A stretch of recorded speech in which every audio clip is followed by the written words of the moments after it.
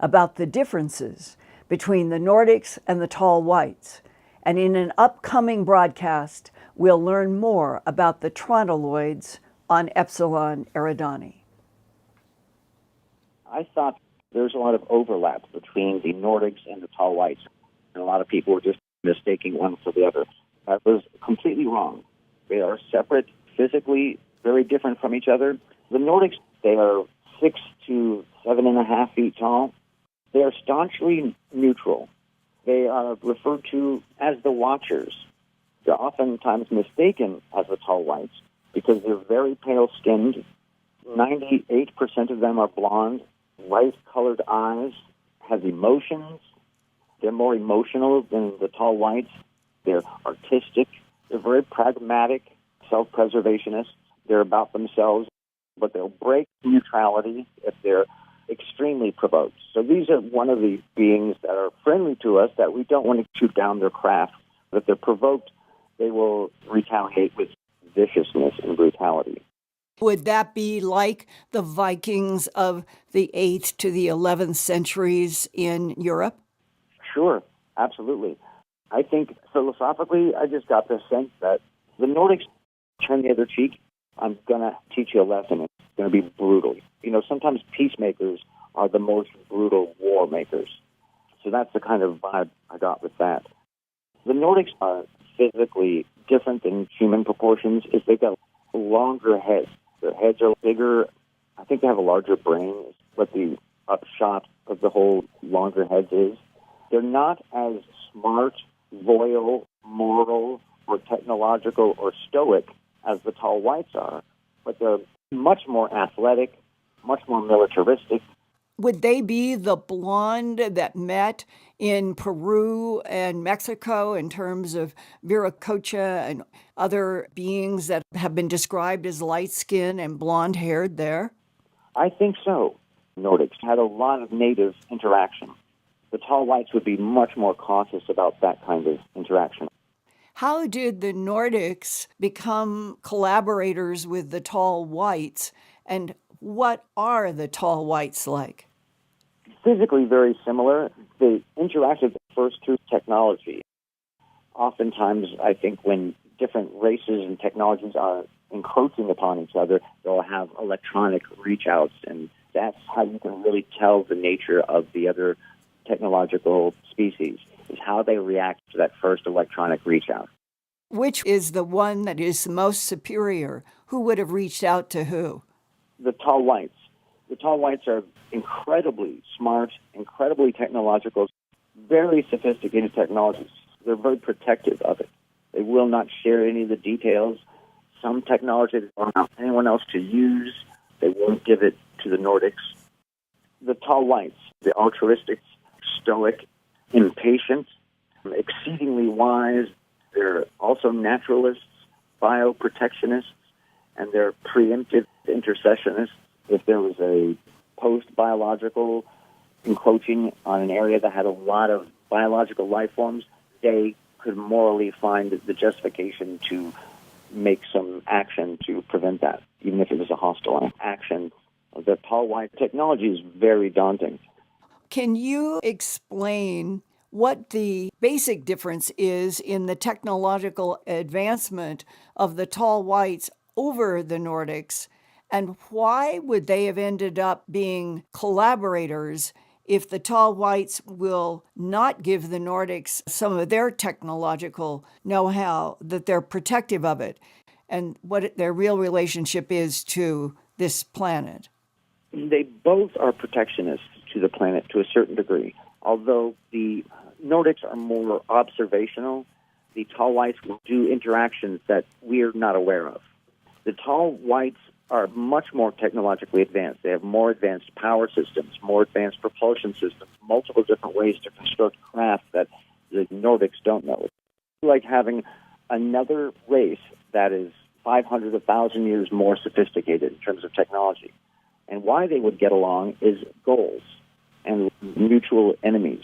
There's a lot of different technological levels in the universe, and beings, especially biologicals, have to band together because there are other beings out there, and non-biologicals that are a very big threat. So that's why they would come together. But why wouldn't the tall whites then share technology with the Nordics? The Nordics have a tendency to be very hostile. If they're attacked multiple times, they will retaliate brutally. The tall whites wouldn't want them to retaliate with their technology. And the tall whites are more altruistic. They'll turn the other cheek. If a child kicks me in the shin, a child can kick me in the shin 1,000 times. I'm never going to punch the child back. Mm-hmm. That's a tall white. If a child kicked a Nordic in the shins 30 times, the Nordic would punch him. So the Viking mentality kind of makes sense if you try and understand who the Nordics are. So the tall whites are much more sophisticated, and they will not encounter you if you eat other animals, nothing that was alive, even plants. Tall whites do not eat anything that has ever been living. It's all engineered. The tall whites have 3 bases in the United States. They're all mountains. Most of their bases are in South America. They have a shared base in Russia with other races. Who is in the base in Russia? It's Nordics, the tall whites, and a kind of mantid, sort of small mantid. And where in Russia? All I got was a giant freshwater lake. They all share it. It's underwater. Tall whites don't like to have underwater bases. They prefer everything in mountains. Being a shared region of interest to these 3 different groups, they acquiesced to the desire for it to be at that location.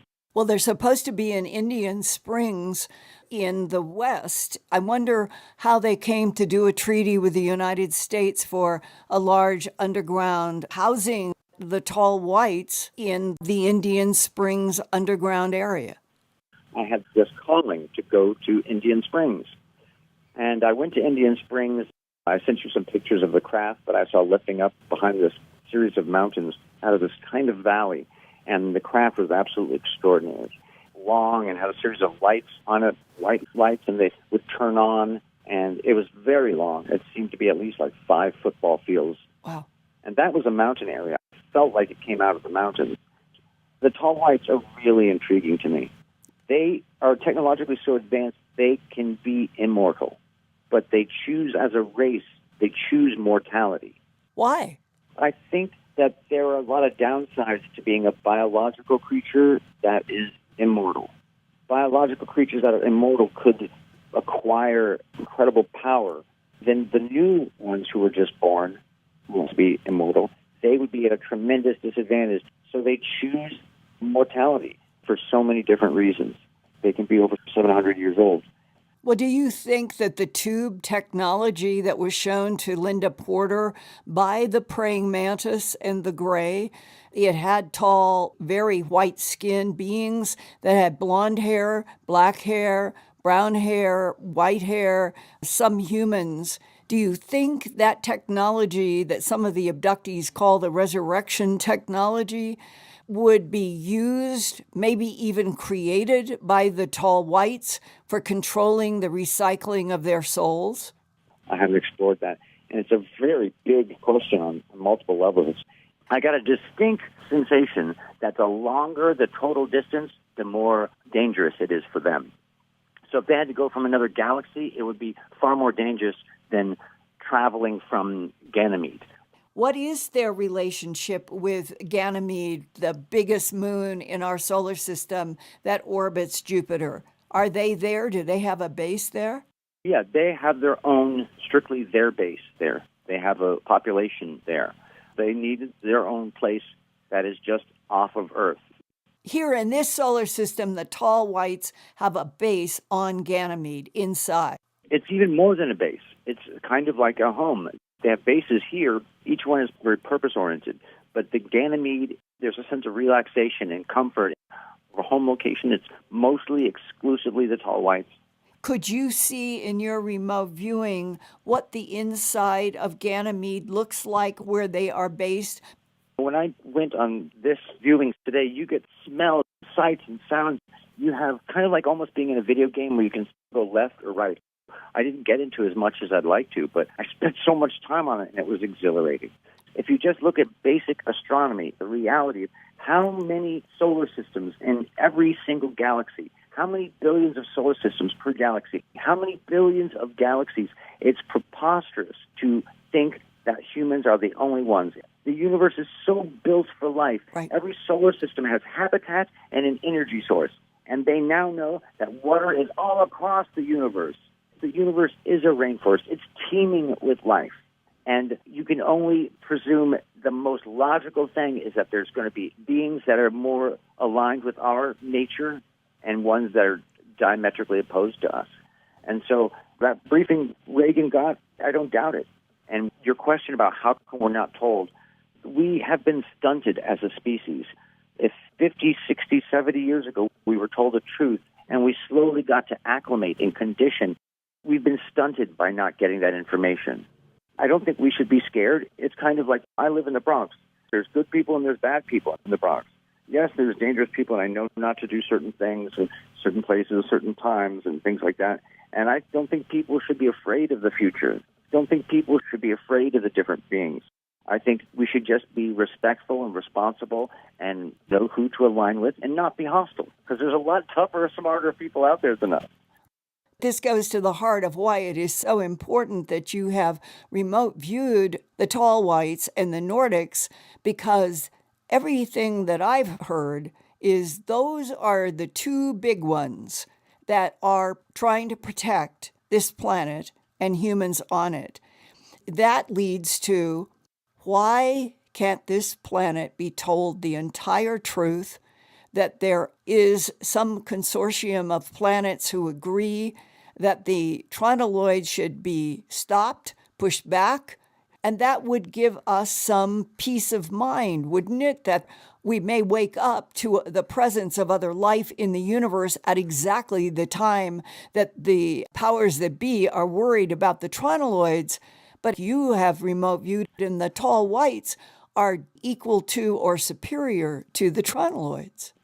Yeah, I think they are. I think the tall whites specifically are superior in a lot of ways, but they're vastly outnumbered by the trontoloids, the tall whites. They know the universe and its structure so much that they can kind of shift reality. And that shifting of reality, they can reshape environments. They can do all sorts of different, very powerful things. It's almost like our universe is on like a spin wheel, and different aspects of our universe have different wheels inside of it, and the tall whites